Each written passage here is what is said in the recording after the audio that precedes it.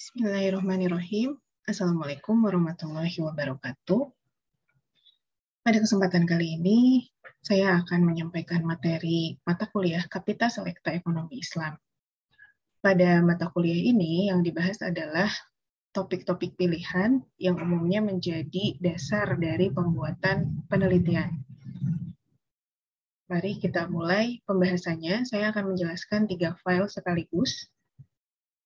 Singkat saja ya.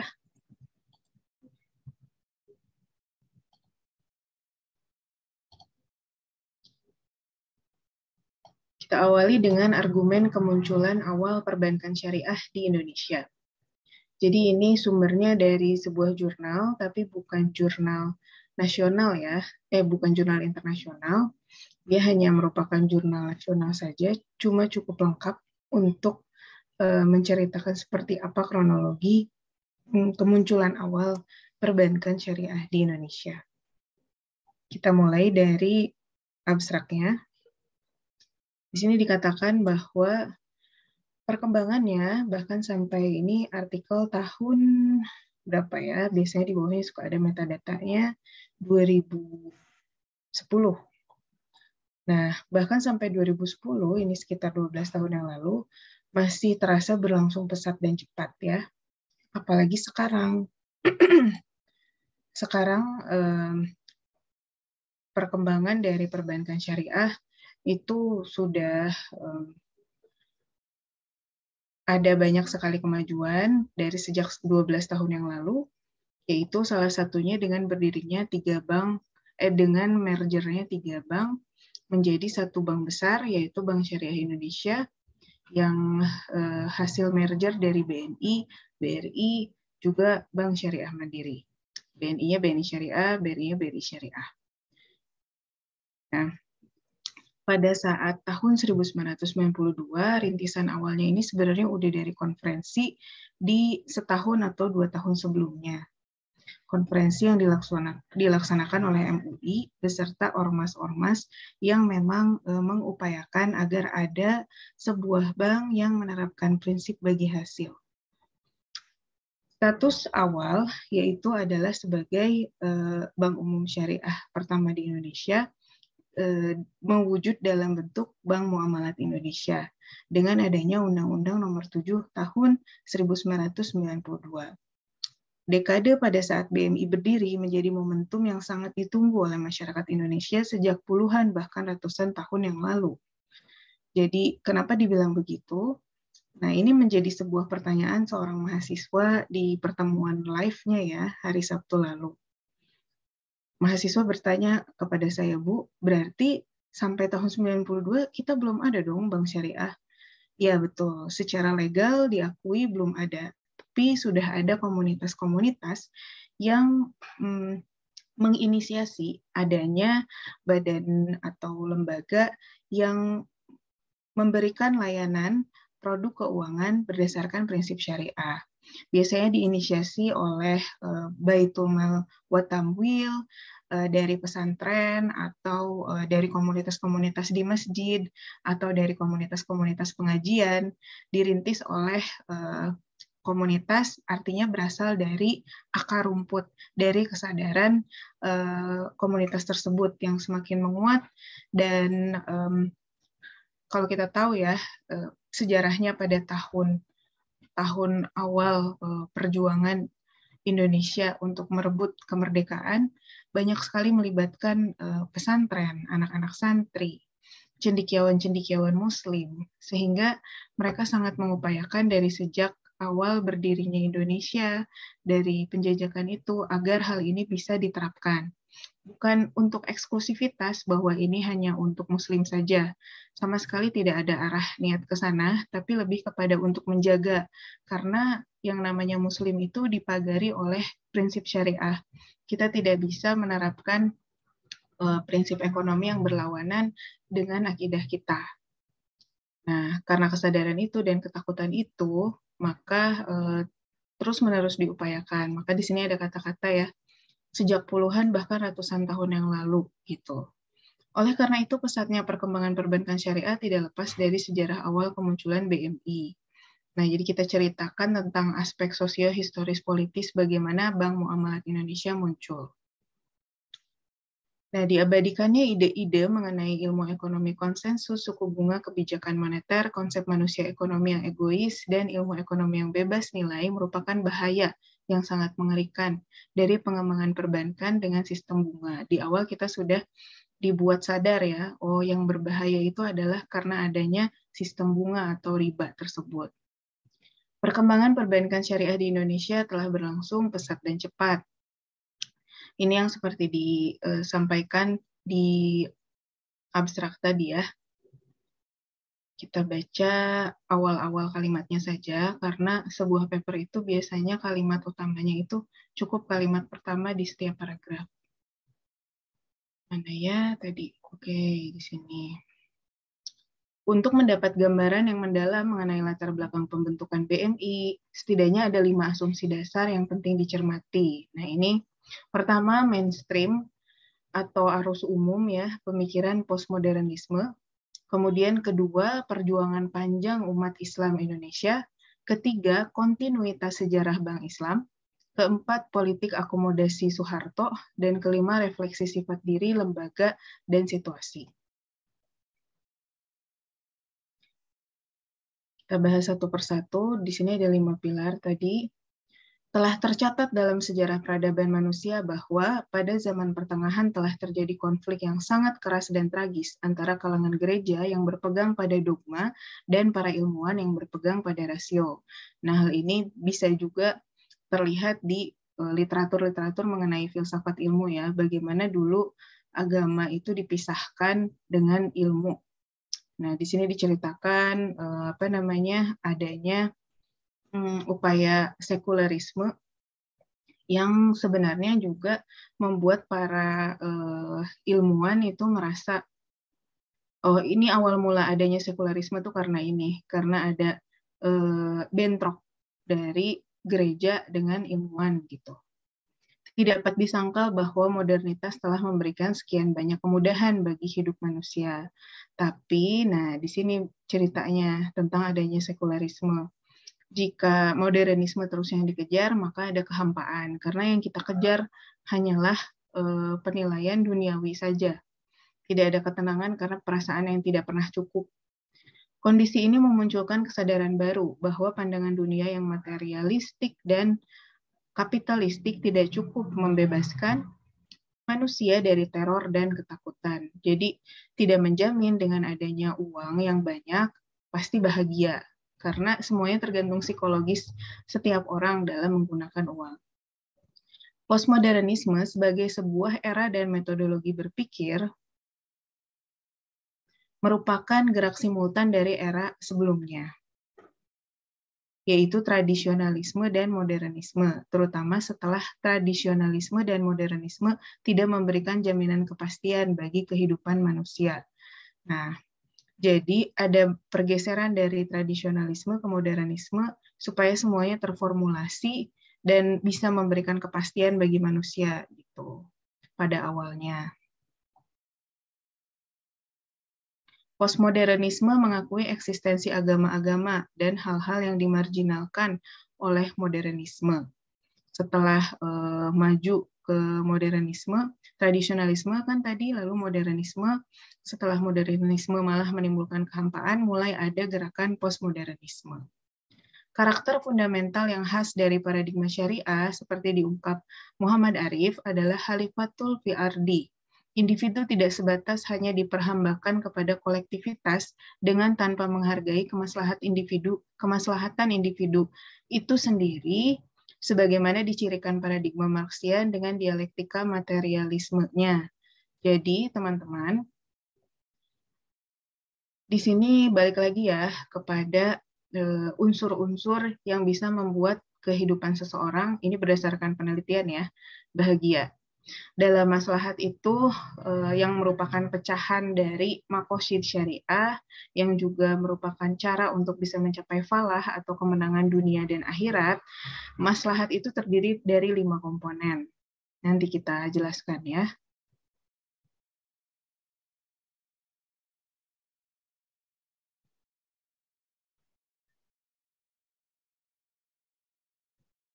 Mengacu kepada A Pendulum Swing Theory Ernest Gellner yang memotret adanya pergeseran atau loncatan-loncatan akan terus berjalan dari satu titik paradigma ke titik paradigma yang lain, bisa dikatakan bahwa BMI merupakan satu titik atau tahap tertentu yang keberadaannya adalah bukan suatu kebetulan dan tidak lepas dari kemestian untuk dilewati oleh loncatan-loncatan paradigma perbankan sebelum dan sesudahnya.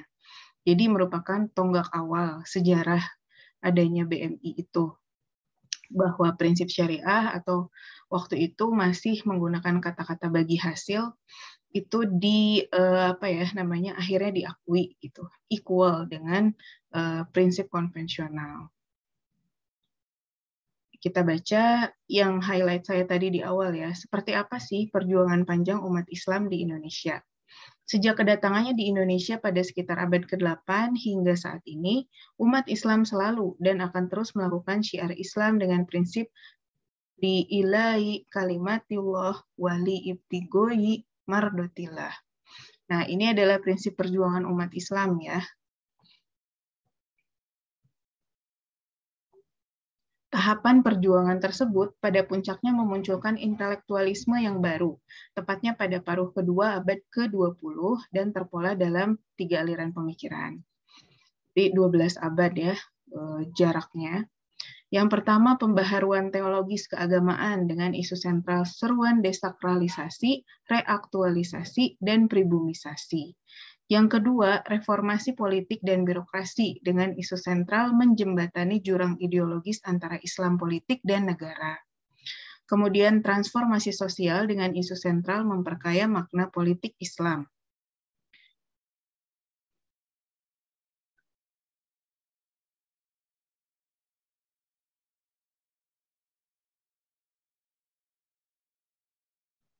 Dikatakan bahwa dari keseluruhan aliran pemikiran tersebut pada akhirnya bermuara pada 2 tema pokok. Yang pertama, pengembangan tatanan politik yang egalitarian. Arti egalitarian itu artinya tidak ada eksklusivitas di situ, semua kedudukannya sama.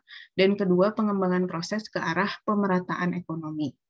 Bagi umat Islam sendiri, pemerataan ekonomi yang dimaksudkan adalah ekonomi yang berbasis pada tatanan nilai ekonomi Islam, serta membumi dalam lingkup sosiokultur Indonesia. Jadi disesuaikan dengan cocok nggak sih untuk diterapkan di Indonesia, seperti apa pendekatannya agar diterima oleh masyarakat Muslim di Indonesia. Namun demikian, pembentukan BMI bukanlah sebuah proyek eksklusif Islam, memang bukan. Ia adalah proyek sebuah bangsa, karena didasarkan pada prinsip syariah yang kita kenal sangat-sangat menjunjung tinggi etika bisnis ya teman-teman. Jadi di mana diupayakan tidak ada yang namanya asynchronous information, tidak ada yang namanya unsur judi, lalu tidak ada penambahan nilai tanpa adanya aset underlying. Jadi tidak bisa kita memastikan atau fix and predetermine pasti akan dapat segini gitu. Kita masih harus memperhitungkan berbagai variabel dan itu masih bisa didiskusikan dengan pihak perbankan. Kalau saya sebagai nasabah nih ya. Jadi sifatnya adalah kemitraan.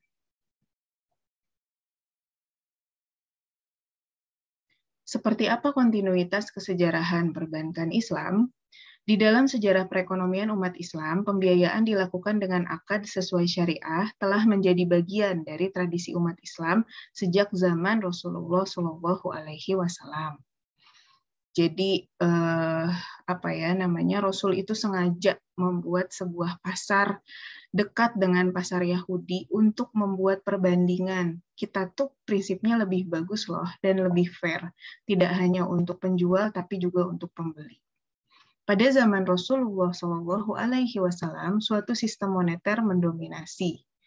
Nah, di sini dijelaskan ya detailnya seperti apa dan bagaimana kebijakan Rasul. Juga Rasul tuh sering banget, biasanya ba'da zuhur, beliau sempatkan untuk mampir ke pasar untuk mengecek apakah penjual sudah menerapkan prinsip syariah, apakah produk yang dijual jujur betul apa adanya. Bagus ya bilang bagus, kurang bagus ya bilang kurang bagus, jangan dicampur gitu. Ada 3 faktor penting yang menopang maraknya pembentukan perbankan Islam di berbagai negara Islam. Pertama, penafsiran kaum neo-revivalis terhadap bunga sebagai riba. Kedua, booming minyak di negara-negara Teluk. Dan yang ketiga, penyesuaian terhadap tafsir tradisional mengenai riba oleh sejumlah umat Islam dalam membuat kebijakan. Jadi teman-teman, dulu riba itu kalau kita cari translate-nya itu namanya kalau kita aja USHURY, dibacanya usury. Tapi supaya tidak terlihat seperti riba, pinternya orang-orang yang bikin sistem konvensional ya, mereka menulisnya dengan kata interest. Jadi akhirnya diperbolehkan. Padahal pada awalnya itu dipergunakan untuk mendapatkan keuntungan dari orang yang meminjam, tapi beda akidah gitu. Jadi zaman dulu yang namanya bank itu transaksinya adalah perorangan, sifatnya dia seperti manajer investasi. Dan kebanyakan yang menguasainya itu adalah orang-orang Yahudi ketika itu. Di masa-masa kejatuhan peradaban Islam, itu juga salah satu penyebabnya karena hutang dari pihak kerajaan yang lebih banyak menggunakan uang untuk tujuan konsumtif dengan cara meminjam dengan pakai format yang usury itu ya, dengan paket riba. Jadi merugikan pemerintahan. Dan pada akhirnya merugikan rakyat dan jatuhlah peradaban. Itu salah satu faktor juga ya. Kemudian ide perbankan Islam modern mulai ada pada abad ke-20. Jadi mulai setelah stagnasi peradaban Islam, mulai deh tahun 1930-an, itu dimulai yang namanya gerakan Islamic Worldview, dan mengupayakan supaya balik lagi semua sistem tatanan sosial, termasuk ekonomi, itu menggunakan prinsip syariah. Langkah pendahuluan atas pelaksanaan sistem profit and loss sharing atau bagi hasil dilakukan di Pakistan dan Malaysia sekitar tahun 1940-an, yaitu adanya upaya mengelola dana jamaah haji secara profesional dan modern. Ini di dalam sebuah buku ya, karya, nama penulisnya namanya Muhammad, judul bukunya Manajemen Keuangan Syariah, juga di situ bahkan dibuat tabel ya. Nah, ya pertama kali itu muncul kayak ada Mit Gomir dulu di Mesir. Bentar. Lalu kemudian tahun 1940 di Malaysia dibuatlah produk tabungan haji yang menggunakan prinsip syariah. Pada awalnya, pembentukan Bank Islam banyak diragukan. Alasannya, pertama, banyak orang beranggapan bahwa sistem perbankan bebas bunga adalah sesuatu yang tidak mungkin dan tidak lazim. Aneh gitu, seperti apa nanti bedanya kayak gimana dengan yang menggunakan bunga. Kedua, sehubungan dengan adanya pertanyaan tentang bagaimana Bank Islam itu akan membiayai operasionalnya. Nah, di sini disampaikan lagi, kalau kalian baca di literatur di buku ya, Manajemen Perbankan Syariah, jadi mixing nih bacanya, akan didapati bahwa pendapatannya tuh dari lebih banyak dari pembiayaan sebenarnya. Dan ini pengalaman pribadi ya, saya menggunakan akad murabahah, jual beli. Nah, untuk membeli rumah.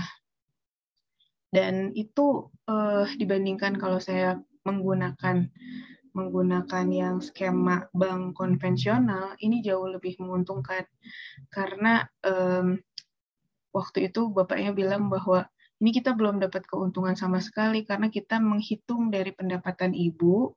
Jadi saya tampilkan kan kemampuan saya membayar kredit itu, saya tampilkan slip gaji, pendapatan per bulan bagaimana. Nah, setelah kesepakatan, 30% diambil dari penghasilan saya, dan menurut saya itu fair gitu. Memang ada bertahap kenaikan, tapi kenaikannya itu disepakati per berapa tahun sekali gitu. Lalu kemudian juga kalau misalkan saya bayar langsung, ada rezeki misalnya nggak mau dilanjutin kreditnya, mau dilunasin aja gitu, insya Allah. Nah, mereka bilang boleh setelah tahun ke-8 dan tidak ada denda. Kalau di bank konvensional susah banget, malah kita tuh kayak dipaksa untuk berhutang dan berhutang terus. Jadi nggak bisa berhenti dari hutangnya ya. Posisi mudorobah sebagai legitimator dan justifikator aktivitas perbankan Islam ternyata tidak sepi dari kritik keras sejumlah ulama. Nah, jadi sebenarnya gini, yang namanya hukum, baik itu hukum positif yang membuat seseorang akhirnya harus, misalkan ya, saya contohkan adalah kalau si A melanggar sebuah undang-undang. Nah, apa yang akan dikenakan kalau dia melanggar sebuah pasal? Nah, pasal apa yang dia langgar? Nah, itu bisa membuat dia terpaksa harus menjalani hukuman atau membayar sejumlah denda. Artinya ada konsekuensi dari melanggar sebuah hukum gitu kan. Nah, kalau saya kalau diurutkan, urutannya itu selain hukum normatif juga ada hukum positif yang tadi saya sebutkan. Nah, ada Al-Quran, ada hadis pada hukum normatif, lalu kemudian ada ijtihad ulama. Nah, ini yang diperhatikan ya. Nah, ijtihad ulama inilah yang sifatnya dinamis sekali, teman-teman. Akan selalu ada pro dan kontra, akan selalu ada perdebatan, entah itu karena school of law-nya, dalam artian mazhabnya yang berbeda acuannya, atau karena cara memandangnya dan mengambil sanad hukumnya itu berbeda gitu. Nah, kalau udah menemukan perbedaan pendapat seperti ini, at least pegangannya adalah fatwa MUI. Kalau fatwa MUI aja sudah tidak bisa kalian ikuti, lebih baik dijauhi dulu produk tersebut, jangan dulu digunakan kalau tidak yakin ya. Kecuali kalau untuk tujuan cash saja masih bisa ya. Kemudian untuk tujuan pindah dana juga masih bisa. Nah, kita lihat di sini ya. Pertama, mereka mengemukakan bahwa perjanjian mudorobah telah dikembangkan di abad pertengahan sesuai dengan keadaan-keadaan tertentu pada waktu itu. Jadi kayaknya kalau sekarang susah deh untuk diterapkan menurut ulama golongan A, taruhlah kita sebut begitu ya. Kemudian, kedua, perjanjian mudorobah juga ditolak berdasarkan alasan politik ideologis. Karena menurut pendapat mereka, bank-bank Islam yang didirikan oleh para kapitalis muslim akan mengeksploitasi. Nah, jadi di sini dikatakan bahwa ada kapitalis muslim ya. Mungkin karena kita belum semuanya paham, kita berjalan sambil belajar gitu jatuhnya. Karena kebutuhan produk keuangan itu kan cepat sekali ya, inovasinya apalagi ditambah dengan teknologi itu cepat sekali. Kalau misalkan kita lamban bergerak, nanti nggak bisa ngikutin yang dibutuhkan oleh masyarakat, dan bahkan kalah dari yang konvensional. Tapi kalau misalkan kita terlalu lama menggodok ini, maksudnya sampai ketemu 100%, kadang susah juga gitu. Apa ya namanya? Jadi kita coba cari jalan tengahnya. Ikuti, kalau misalnya ternyata ragu, mendingan jangan. Dah, gitu aja.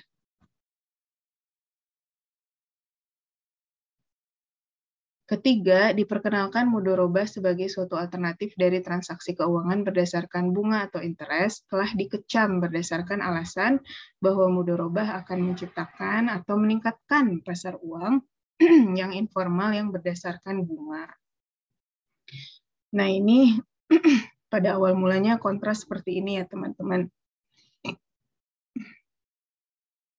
Mohon maaf, sudah serak, sudah sore. Kemudian, tanpa harus terperangkap dengan kritikan-kritikan keras tersebut, tampaknya upaya-upaya ke arah implementasi konsep mudorobah untuk mendasari kegiatan perbankan Islam terus dilakukan para ilmuwan Muslim yang punya konsen tinggi terhadap perbankan Islam.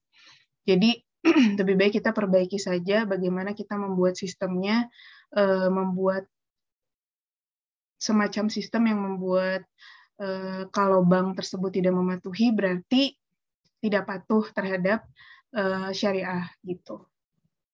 Gagasan pendirian Bank Islam berlanjut dalam Konferensi Negara Islam Sedunia di Kuala Lumpur, Malaysia tanggal 21 sampai 27 April 1969 yang diikuti oleh 19 negara, termasuk Indonesia ya. Jadi kalau di Malaysia dulu itu top down sifatnya dari pemerintah ke masyarakat. Jadi udah diarahkan masyarakat ya udah ikut aja dulu apa kata pemerintah. Sementara kita boleh bangga kalau Indonesia berawal dari masyarakat yang berusaha supaya ada nih undang-undang tentang ini, minta kepada pemerintah gitu. Akhirnya dibuat dan komunitas yang sudah mengupayakan itu sama-sama mendirikan Bank Muamalat Indonesia, mengelolanya, mengembangkannya, mengurusnya sampai sekarang. Dalam sidang organisasi konferensi Islam OKI kedua di Karachi, Pakistan, Desember 1970, diputuskan pembentukan Islamic Development Bank atau IDB. Nah, disinilah, di IDB inilah kita banyak belajar sebenarnya. Dengan adanya Bank Islam Internasional ini, bahkan dia punya semacam institut penelitian yang membuat para akademisi bisa belajar di sana dan mengaplikasikan apa yang sudah dipelajari di dunia perbankan di negaranya masing-masing. Dalam sidang satu konferensi Menteri Keuangan Negara Islam di Jeddah, Arab Saudi, 18 Desember 1973, ditandatangani Declaration of Intent for the Establishment of Islamic Development Bank. Jadi mulai berdirinya itu tahun 1973. Sampai sekarang IRTI-IDB aktif banget ya, ada scholarship-nya juga. Dulu almarhum promotor saya juga merupakan salah satu yang aktif di IRTI-IDB. Indonesia merupakan salah satu pendiri IDB yang menandatangani Agreement Establishing of IDB pada 12 Agustus 1974 di Jeddah, di Arab Saudi ya, teman-teman. Di negara-negara Islam pada tahun 1978 tercatat 40 bank dan 20 lembaga keuangan yang beroperasi sesuai prinsip syariah. Jadi prinsip di mana kita tidak dirugikan, baik penjual maupun pembeli. Harus sama-sama rela terhadap apa yang dijual, apa yang dibeli, lalu kemudian juga komunikasinya harus jelas, transparan, dan syarat-syarat dan rukun-rukun itu harus dipenuhi. Rukun-rukun dulu, kalau syarat hanya penopang saja ya. Kemudian seiring dengan mulai mendinginnya situasi politik dalam negeri, ini siapa? Oh ya. Jadi diceritain ya, tuh Dawam Raharjo, Karnaen Perwata Atmaja, jadi tuh membuat Baitul Tamwil di Masjid Salman ITB. Dibuat prototipe, dibuat pilot project dulu. Nah, seiring dengan mulai mendinginnya situasi politik dalam negeri, perbincangan Bank Islam terus bergulir dari lokal ke nasional, sambil mencari peluang dan merespon berbagai kebijakan ekonomi yang dilakukan pemerintah. Sebelum dan sesudah deregulasi perbankan 1 Juni 1983, Bank Islam belum bisa beroperasi di Indonesia. Nah, waktu itu masih belum ya, karena dianggapnya bunga juga sama aja kok gitu. Apalagi kalau digunakan untuk hal yang produktif itu sama saja. Bung Hatta pernah bilang begitu.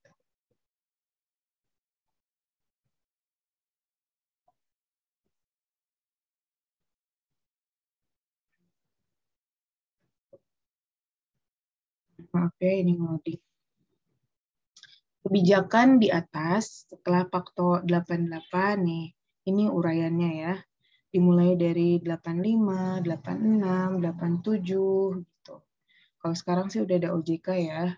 Kita bisa mengacunya ke OJK saja. Bahkan Undang-Undang 792 itu sudah diperbaharui dengan Undang-Undang 1098, diupdate lagi dengan Undang-Undang 2001, 2008, dan seterusnya.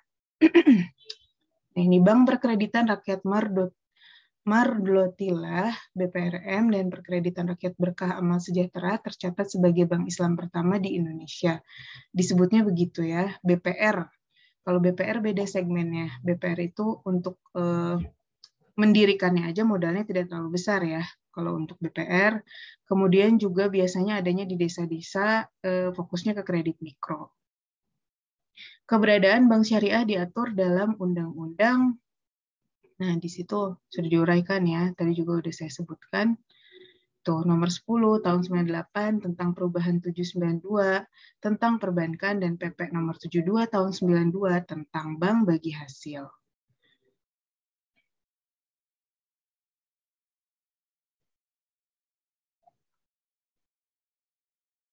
Nah, perkembangan lebih real muncul ketika pada 1992 berdiri BMI atau Bank Muamalat Indonesia. Karena melalui proses yang panjang tadi ya, ratusan tahun bahkan sampai akhirnya bisa terbentuk BMI. Nah, kalau pengen tahu update-nya bagaimana, bisa dilihat di statistik perbankan syariah OJK. Karena sekarang Bank Indonesia udah nggak megang lagi.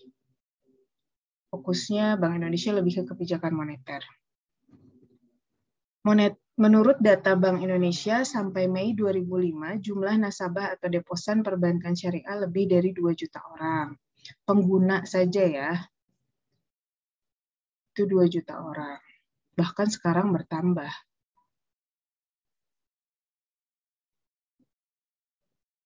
Sulit untuk tidak dikatakan mustahil mengkaji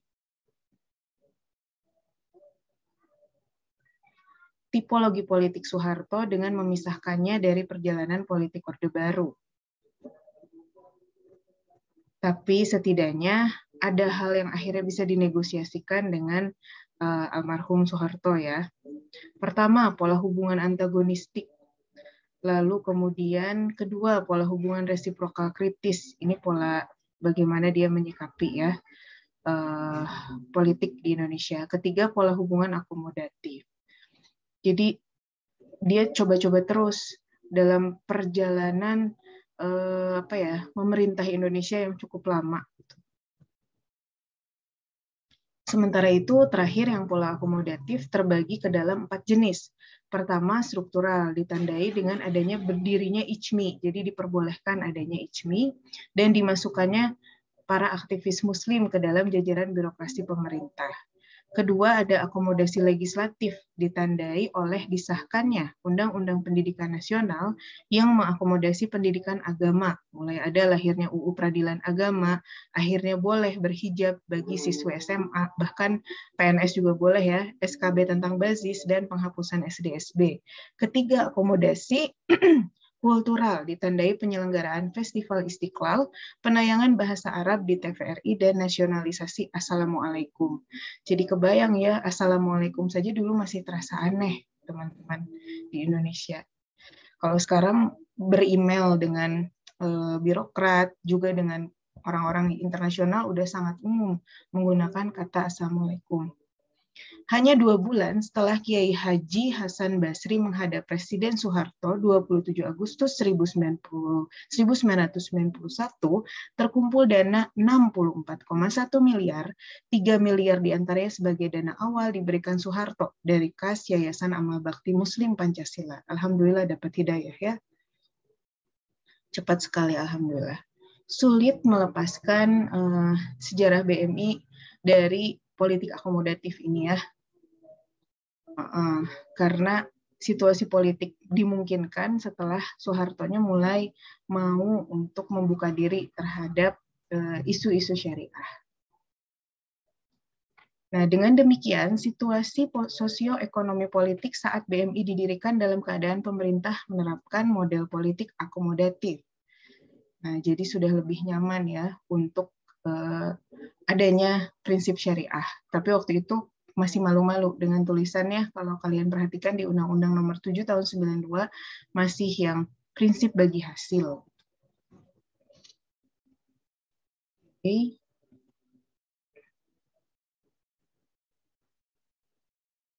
Next, di sini sepertinya ada tabel atau ada ya. Nah, ini kegiatan dan output-nya ya. Jadi di sini jelas sekali logbook-nya atau gimana sih kronologinya tahun 90 sampai 92 terbentuknya BMI. Bagus nih. bisa dijadikan gagasan dari pembahasan, misalnya kalian mau fokus di yang tahun 92, nah ini bulan per bulannya bahkan dijelaskan apa saja yang dilakukan, siapa saja yang mengupayakan, ketemu sama siapa saja, hasilnya seperti apa. Tuh, masih banyak sekali ya, sepanjang tahun 91 itu ada 22 kegiatan. Oh, masih ada lagi di bawahnya.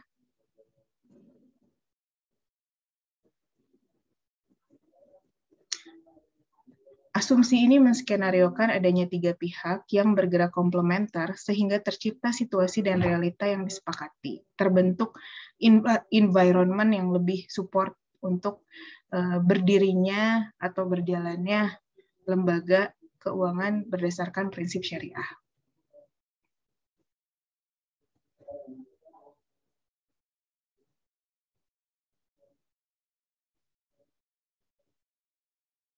Ada suatu pola dinamis dari masyarakat bahwa anggotanya berinteraksi dengan lingkungan yang kemudian memunculkan realisasi pembentukan BMI. Qadarullah tahun 98 tuh ada krisis ekonomi ya, dan disitulah mulai berdiri bank-bank yang lain yang menggunakan prinsip syariah. Nah, dari uraian di atas bisa disarikan bahwa ada 5 asumsi dasar yang melatar belakangi pembentukan BMI, yaitu mainstream pemikiran postmodernisme, kontinuitas persejarahan perbankan Islam, perjuangan panjang umat Islam Indonesia, dan politik akomodatif Soeharto, juga adanya interaksi antara sifat diri lembaga dan situasi. Demikian kalau untuk file ini. Selanjutnya, file yang akan saya jelaskan adalah PPT-nya ya. Atau tentang pasar modal dulu. Karena pada pertemuan ini kita akan membahas 2, selain bank juga kita akan membahas tentang pasar modal di Indonesia seperti apa. Nah, pasar modal syariah merupakan implementasi konkret ekonomi syariah.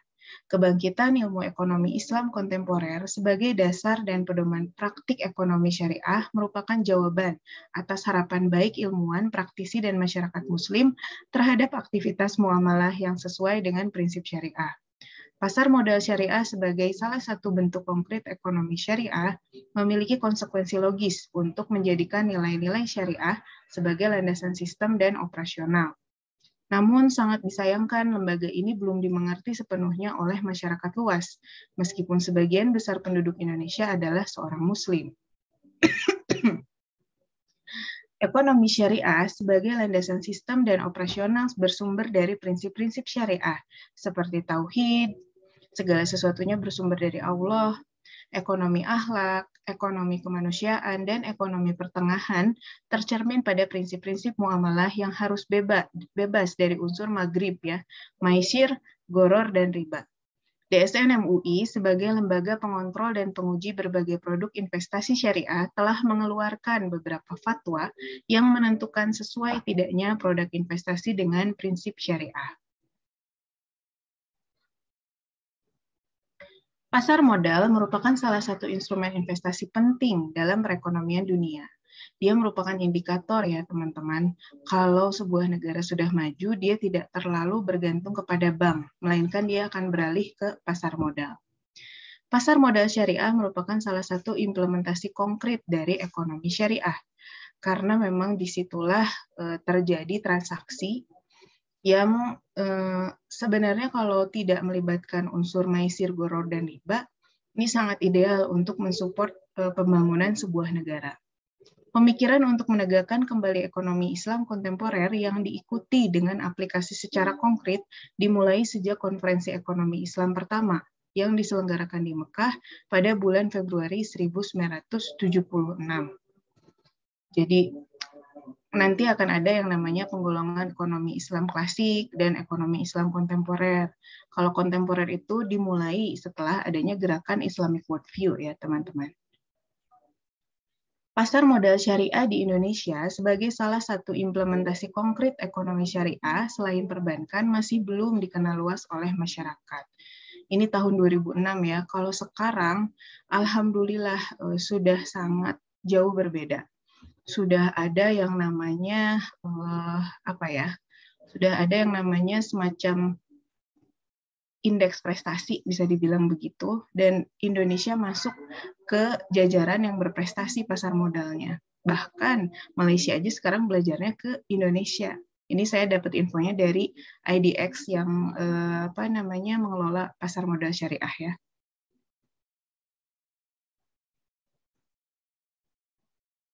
Bangkitnya ekonomi Islam di negara ini merupakan fenomena yang menggembirakan sekaligus menarik untuk dikaji.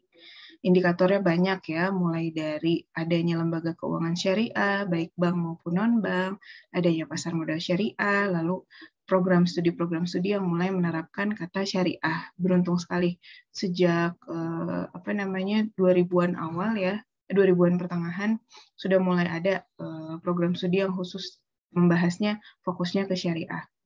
Robert McNamara, Presiden Bank Dunia pada tahun 1978, dikutip dari Al-Rubai dan Alfi 2005 menulis, seperempat abad yang lalu adalah periode perubahan dan perkembangan yang tak terduga dalam perkembangan dunia. Jadi bisa dikatakan dengan prinsip ekonomi syariah atau ekonomi Islam itu membuat poverty alleviation atau pengurangan kemiskinan itu bisa cepat teratasi. Walaupun pada abad milenium ini perkembangan dalam bidang industri, sains, dan teknologi dalam puncak keemasan, tetapi sayang kondisi yang digambarkan oleh Robert McNamara masih saja terjadi. Masih ada ketimpangan sosial ya. Kemudian, kapitalisme menurut Capra memiliki 5 ciri pokok. Pertama, kapitalisme menganggap bahwa ekspansi kekayaan yang dipercepat dan produksi yang maksimal serta pemenuhan kebutuhan yang berdasarkan pada preferensi individual merupakan hal yang sangat esensial bagi kesejahteraan manusia. Kedua, kebebasan individu yang tak terhambat dalam mengaktualisasikan kepentingan diri sendiri, kepemilikan dan pengelolaan kekayaan pribadi. Ketiga, asumsi bahwa inisiatif individu dan keputusan yang dibuat secara desentralisasi dalam pasar kompetitif adalah syarat utama dalam menggapai efisiensi optimal. Keempat, tidak mengakui pentingnya peran pemerintah atau penilaian kolektif, baik dalam efisiensi alokatif maupun pemerataan distributif. Kelima, mengklaim bahwa melayani kepentingan diri sendiri oleh setiap individu secara otomatis melayani kepentingan sosial kolektif. Padahal kalau kita hanya mengacu pada individu, apalagi yang sering memamerkan harta, kita bakalan ke sana terus mengacunya gitu. Capek, nggak akan selesai-selesai. Sebagai motivasi awal bagus saja, cuma setelah dijalani, wah capek banget. Karena yang jadi korban adalah diri sendiri, keluarga, agama bahkan. Masalahnya adalah ketika ilmu pengetahuan yang melandasi praktik tidak muncul begitu saja, melainkan lahir dari sebuah pandangan hidup. Betul kan? Yang namanya ilmu pengetahuan diawali oleh manusia pertama di dunia ya, oleh Nabi Adam, diawali dari mengetahui dulu apa sih nama-nama objek, apa itu namanya Nabi Adam. Setelah bisa disebutkan, malaikat baru mau bersujud kan, kecuali iblis. Artinya apa? Artinya bahwa ilmu itu kita harus paham dulu apa yang dibahas dalam ilmu. Dan itu yang memberikannya adalah sang pemberi kehidupan sendiri, yaitu Allah Subhanahu wa Ta'ala. Sedikit uraian di atas memberikan gambaran nyata, mendorong para ilmuwan dan praktisi yang disambut luas, khususnya oleh masyarakat Muslim, untuk mencari sistem alternatif yang diharapkan mampu memberikan solusi. Jadi banyak sekali, mulai dari gerakan Islamic Worldview itu mulai dituntut oleh masyarakat. Jadi harus dari mana kita, bagaimana mensarikannya, bagaimana mengkonsepkan apa yang sudah tercantumkan di dalam Al-Quran, bagaimana untuk mendiskusikan ini dengan pandangan yang berbeda, gitu kan, antar mazhabnya. Seperti yang telah diuraikan pada tulisan sebelumnya, bahwa ilmu pengetahuan bergantung dengan worldview atau pandangan hidup. Karena kalau kita udah tahu tujuan hidup kita kemana, gampang kita menentukan apa yang mau dipersiapkan sekarang. Nilai-nilai ekonomi Islam tersebut tercermin pula dalam prinsip-prinsip muamalah yang menjadi pedoman dalam operasionalisasi instrumen-instrumen ekonomi syariah termasuk pasar modal syariah. Jadi ada screening sebelum terindeks masuk ke pasar modal syariah.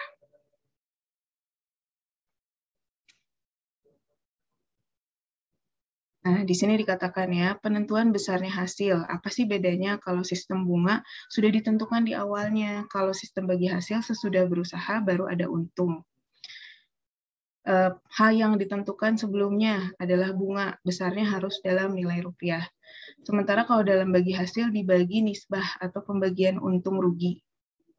Jika terjadi kerugian, sistem bunga hanya ditanggung nasabah, tapi kalau sistem bagi hasil masih bisa ditanggung nasabah dan lembaga, berdua jadi nanggungnya.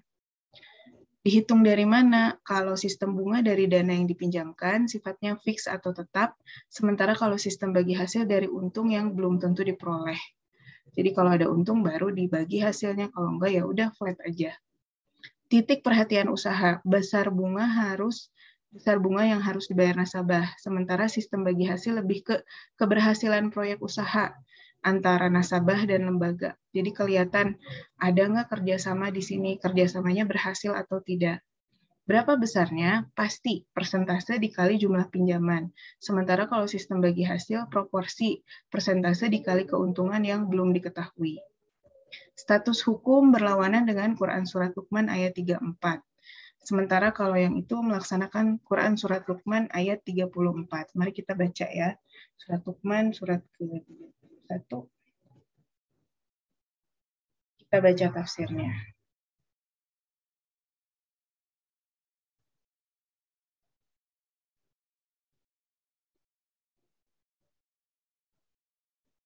Cari surat ke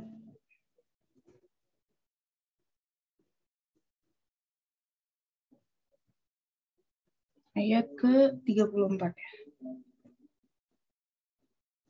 Sesungguhnya hanya di sisi Allah ilmu tentang hari kiamat, dan Dia yang menurunkan hujan dan mengetahui apa yang ada dalam rahim, dan tidak ada seorang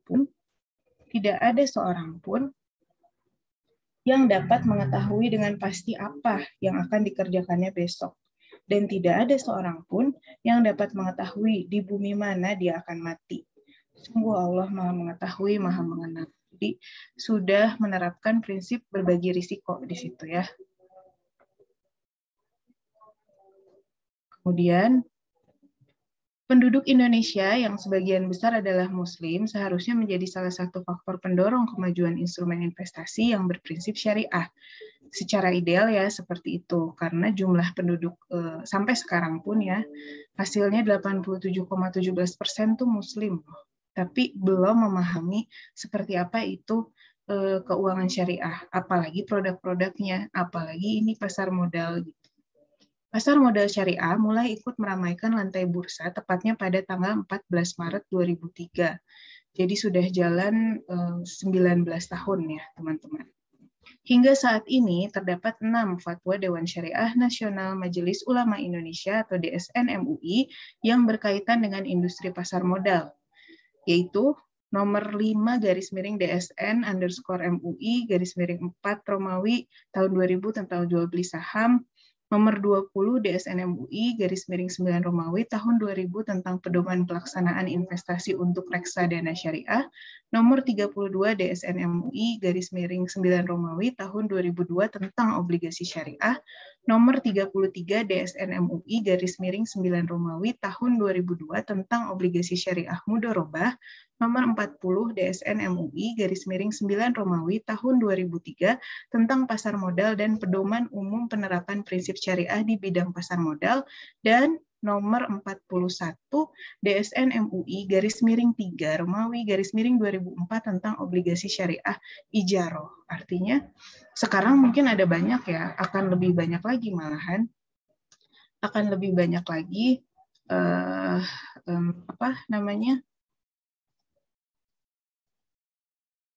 akan lebih banyak lagi DSN fatwa DSN MUI yang sudah dibentuk gitu. Mengingat ini kan hanya sampai 2006. Bisa diupdate di OJK ya, ada di tab regulasi. Nah, seperti apa sih inti dari fatwanya? Bisa dilihat di sini ya, teman-teman. Untuk kriteria emiten, emiten yang akan menerbitkan efek syariah dilarang menjalankan usaha yang bertentangan dengan prinsip syariah, diantaranya perjudian, maisir ya, produksi dan distribusi makanan atau minuman haram, penyedia barang-barang yang merusak moral, ada pornografi misalkan. Kemudian emiten wajib memenuhi ketentuan akad sesuai dengan efek syariah yang dikeluarkan dan wajib memiliki syariah compliance officer. Untuk kriteria dan jenis efek syariah, terdiri dari apa saja, mulai dari saham syariah, obligasi syariah, reksadana syariah. Reksadana gabungan dari saham dan obligasi ya, kita bisa minta manajer investasi untuk mengelola. Kemudian kontrak investasi kolektif efek beragun aset, syariah, dan surat berharga lainnya. Transaksi yang dilarangnya apa?